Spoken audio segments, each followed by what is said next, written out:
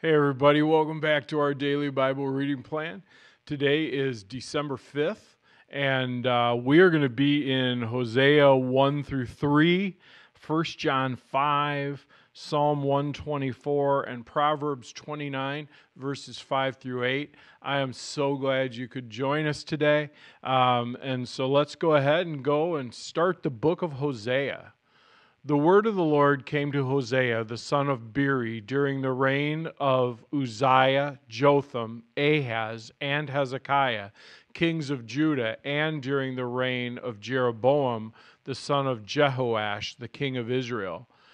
When the Lord began to speak through Hosea, the Lord said to him, "Go, take to yourself an adulterous wife and children of unfaithfulness, because the land is guilty of the vilest adultery in departing from the Lord." So he married Gomer, daughter of Diblaim, and she conceived and bore him a son.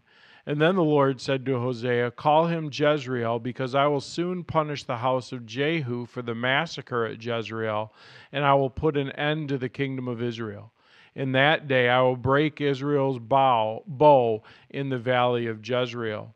Gomer conceived again and gave birth to a daughter, and the Lord said to Hosea, "Call her Lo Ruhamah, for I will no longer love the house of Israel that I should at all forgive them.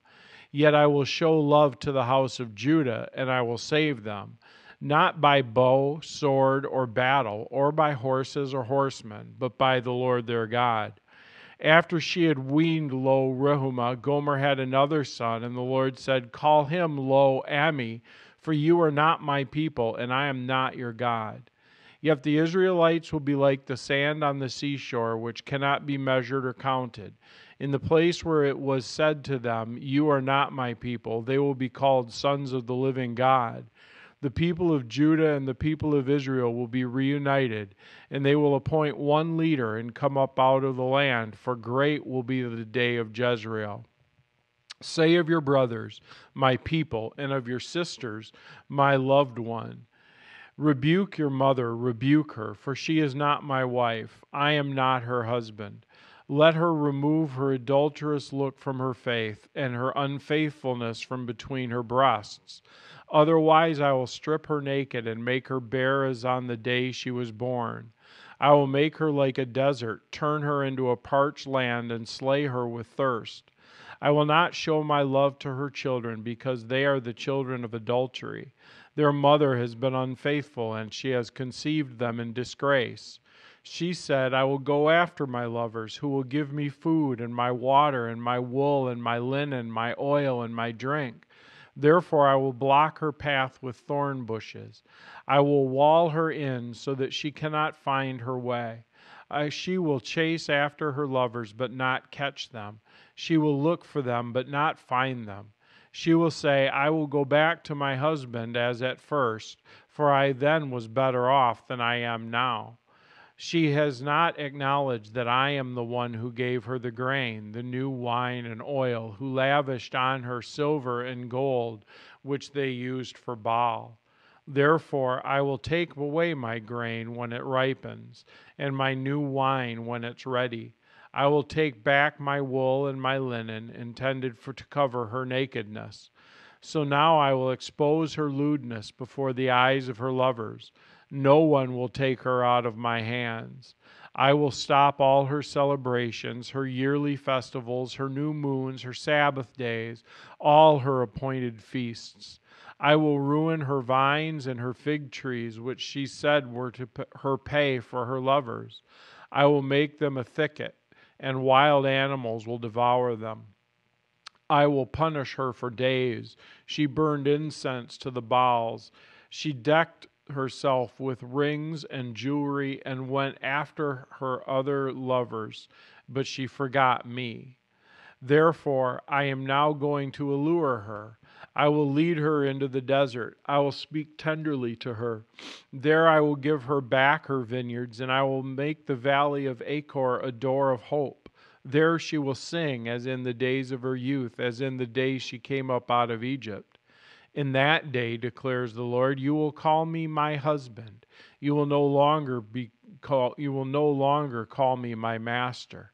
I will remove the names of the Baals from her lips, and no longer will their names be invoked.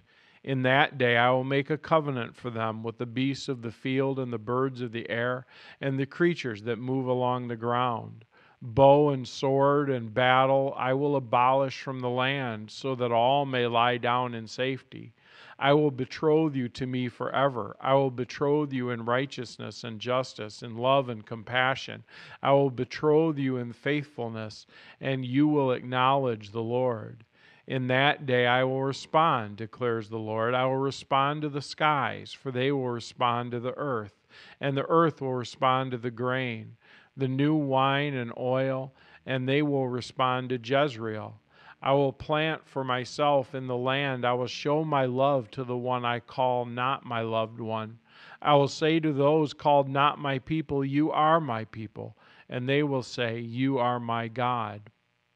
The Lord said to me, go show your love to your wife again, though she's loved by another and is an adulteress.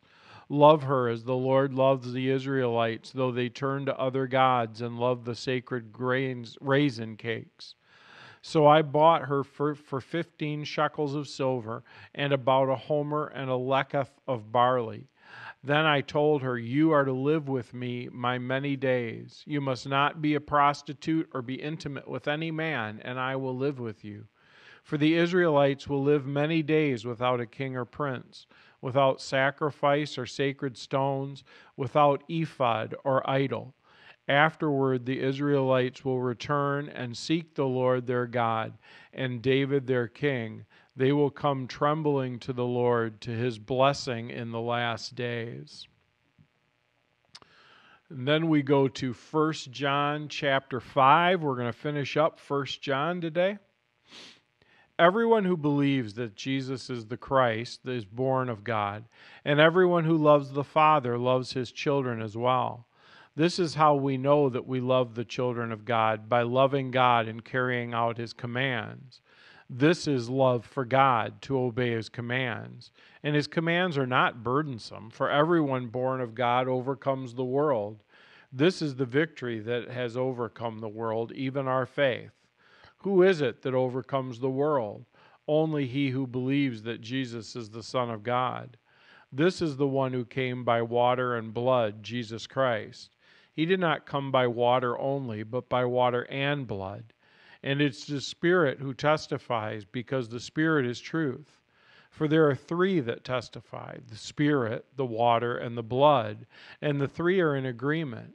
We accept man's testimony, but God's testimony is greater, because it's the testimony of God, which he has given about his Son. Anyone who believes in the Son has his testimony in his heart. Anyone who does not believe God has made him out to be a liar, because he has not believed the testimony God has given him about his Son. And this is the testimony. God has given us eternal life, and this life is in his Son.